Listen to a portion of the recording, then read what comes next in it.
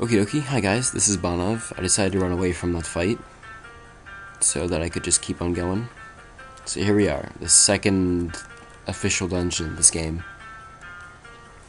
In total there ended up being 5, like, dungeons, but I never really took like the whole like structure of that really seriously, you know? The dungeons aren't really like spaced equally or anything. You have like these first 2 that are really close, and then a lot of stuff happens in between this one and the next one. And I'm just gonna go to the next room. In this dungeon, I sort of included a bit like a free roaming aspects. So you know you have like the 2 locks and 2 keys, but you can get them in whatever order you wish. I was still sort of experimenting with like that kind of gameplay. It was really tough on me actually. Like building Outcast Island and all that took a lot of time. It's sort of difficult to deal with because really you're making like all these areas so much space that the player has room to explore, but at the same time a lot of people just aren't going to see all of it. So it's a little frustrating, especially when you're just like a one-man team. Usually when you have like an RPG, you have like loads of people doing stuff. So at times it was sort of like really tiresome to knowing that I was making all this by myself.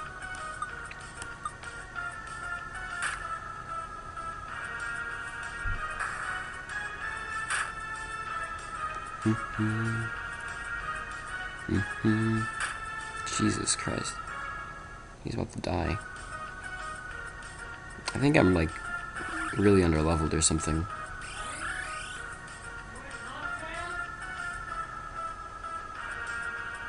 There he goes. I'm gonna run for now. Wow, I just lost all my money. Alright, game. Seriously, I think I'm behind on this. Let's, if you could just be one enemy, I would get a lot of experience. I know that much. Maybe I'll just use a shake bomb.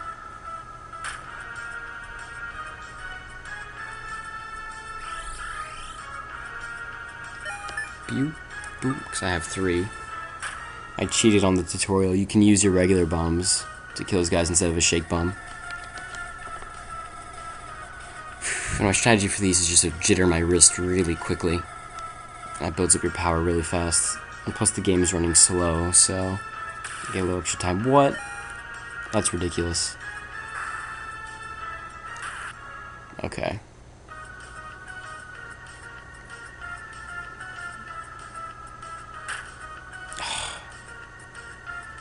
Jeez. Whoever made this game is like really annoying or something.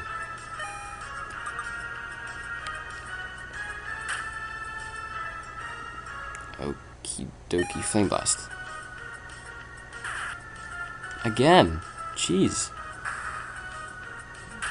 Guy needs to stop dying. Alright.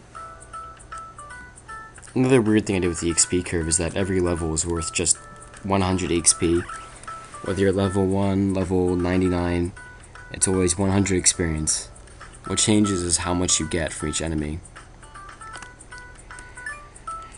I mean, no one's ever really noticed it, I don't think, or complained about it, but for me it just made things easier, because the way I save the stats, I don't actually save what your stats literally are. I have, like, base stats, which sort of, like, affect how they grow, and I have how much experience you have, and I would basically calculate what your level was by the number of experience points you had, and then I would calculate your stats based on the base stats and what level you were.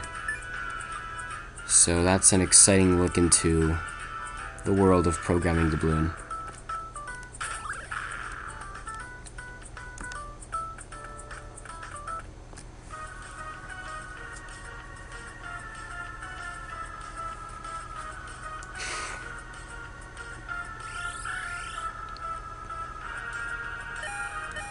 Alright.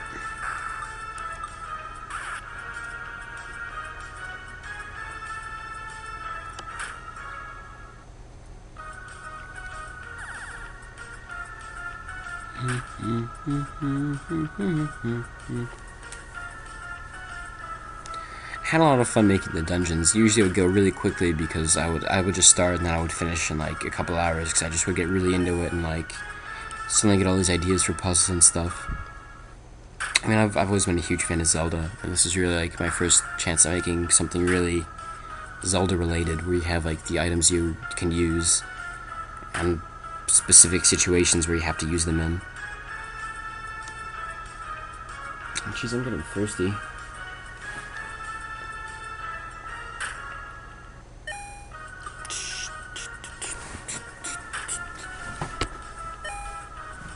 Oh, water bottle empty.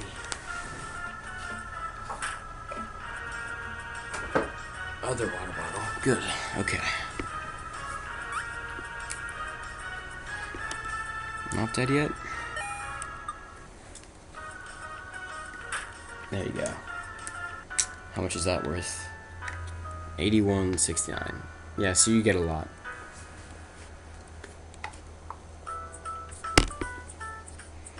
They both just grew like more than half a level from that one fight. I was gonna do, oh yeah. Battle speed, aha! There you go. That'll speed things up a bit.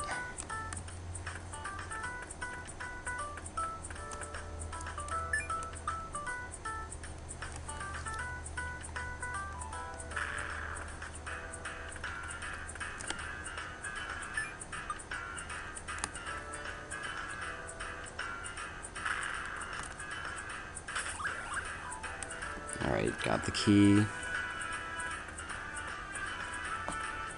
My health's not bad. You know, I think I'm actually gonna fight this guy up here. Just for the lulz and the experience.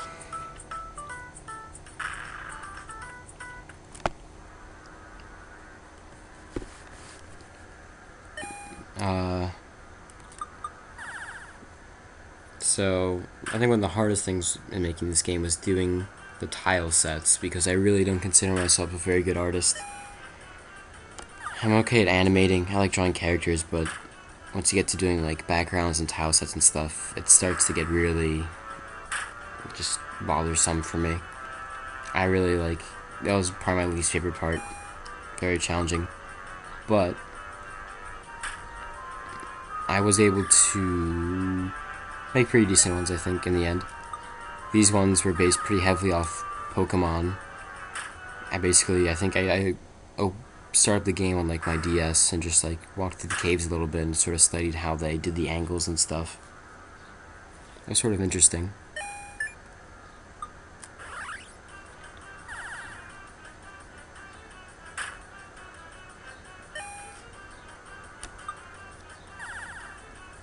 He's gonna die again. He's gonna be really underleveled. I want to give him a rum.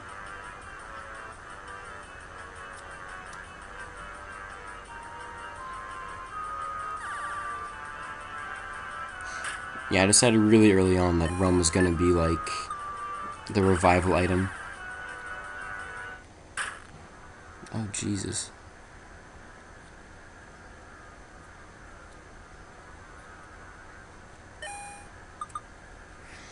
It's too bad ice doesn't hit these guys for very much, because that would be hella useful right now. God, I might get a game over. How pathetic would that be?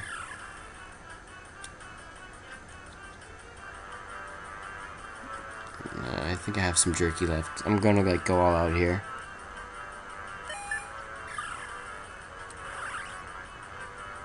Alright, so he's put my speed down to absolute minimum. Great. Perfect.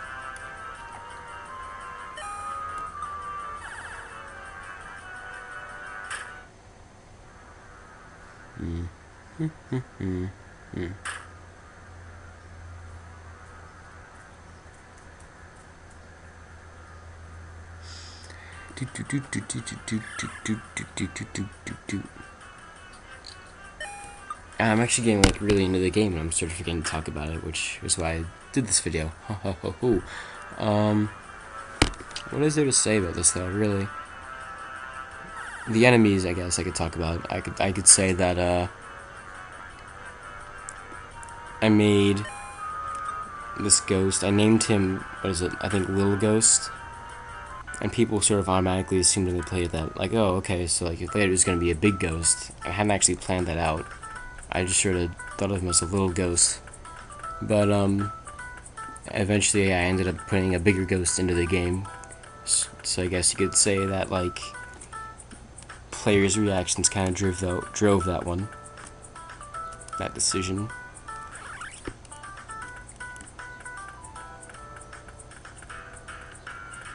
Ba-doop, ba-doop, ba-doop, ba-doop.